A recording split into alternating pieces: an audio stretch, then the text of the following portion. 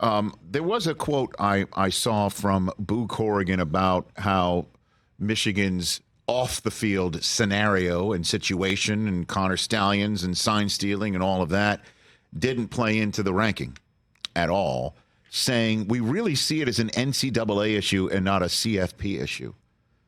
So what did you make? What do you make of a statement like that? I'm not surprised. I don't think the CFP committee wants to wade in and be the jury on that. I think they would much rather have either the Big Ten, which has the leeway to do it, or the NCAA do something. If they don't, I don't think the CFP, now there may be somebody on the committee who sits there and goes, in my head, I'm looking at it going, they've had an unfair advantage.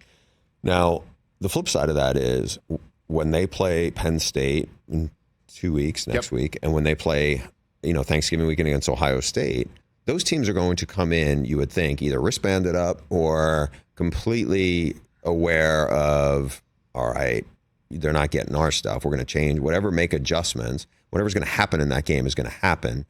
And you would think that it won't bear out. I mean, the irony in this is that all the teams they've played, now they've dominated everybody. Michigan. Yeah, Michigan.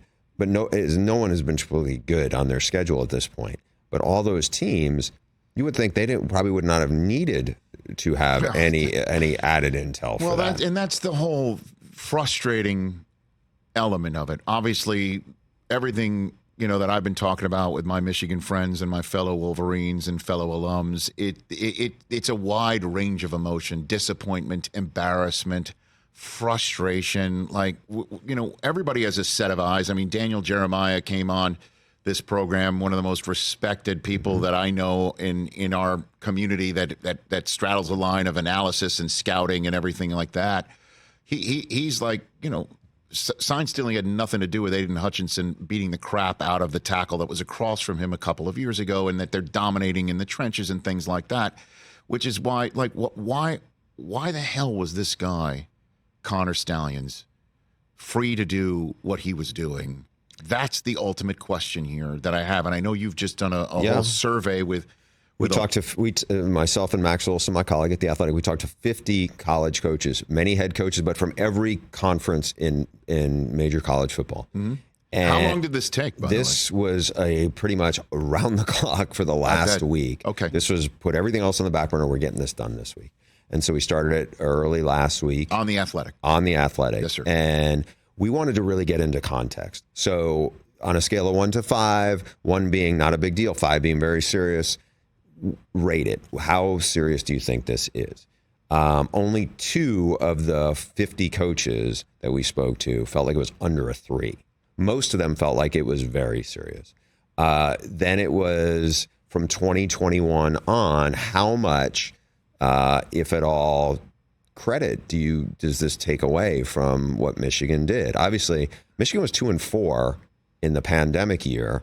And they didn't even play Ohio State, right? Mm-hmm. And then they go from that to they've just dominated the conference. Now, obviously, I agree. I did DJ and Bucky's podcast a week ago, and both were in alignment, and I respect those guys greatly. By the same token, we talked to a lot of college football coaches. Does it affect Aiden Hutchinson? But it definitely could affect. You have a shot play you have lined up. You know exactly when to do it. You have pressures that you're going to, know where to bring it from. Mm-hmm. All sorts of things. These are coaches who are, some are in the league, some are not, but they're all high-level coaches to know. Because we had asked them at one point, how many points do you think a game this could be worth if it's a real operation? Some said as many as 21. I mean, that's a big number. Like, I don't care what the college football player is. If you ask like a handicapper, that no player is worth 21 points in college football. And this was fascinating to see. The biggest issue, and it goes back to your question, was, so Connor Stallions, Naval Academy grad, lifelong Michigan fan, desperately aspiring to rise up in the coaching ranks. With a 600-page Michigan manifesto or something like that? That's the report. Yes. He took I know this part from our own reporting, took great pride in his reputation as a signal stealer. Now, if he's doing it in game, just based off of the intel they maybe had from TV copy going in or anything like that, most schools have some operation or some person who's trying to do that. The part where you cross the big line is if you're going in person to do the scouting. Some of the people we talked to in the survey did say they have had instances where somebody from another school had come to their spring game, maybe filmed them. We've heard of stuff where people had spied on walkthroughs, a handful of this. We have not heard the degree of things that apparently Connor Stallions was doing.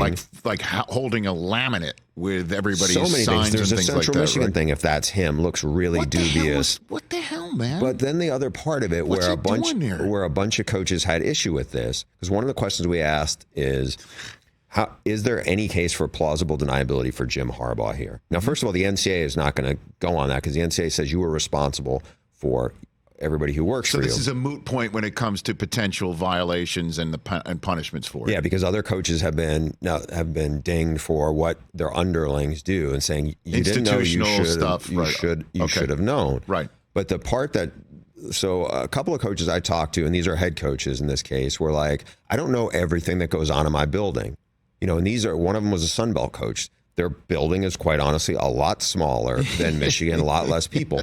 The thing people have called out is, why is this guy who has worked in the recruiting department, no headset, worked in the recruiting department, why is he next to Jesse Minter, the defensive coordinator, while the game is going on, talking to him in the middle of this? That looks suspicious. Why is he next to Jim Harbaugh? I've had head coaches go, there's no way a guy like that is going to be in my space while a game is going on. It strains, credibility beyond belief to them, that those things look really dubious. And if Jim didn't know, it's like, okay, how are you so sure? Why are we leaning everything on this guy that he is so prominent?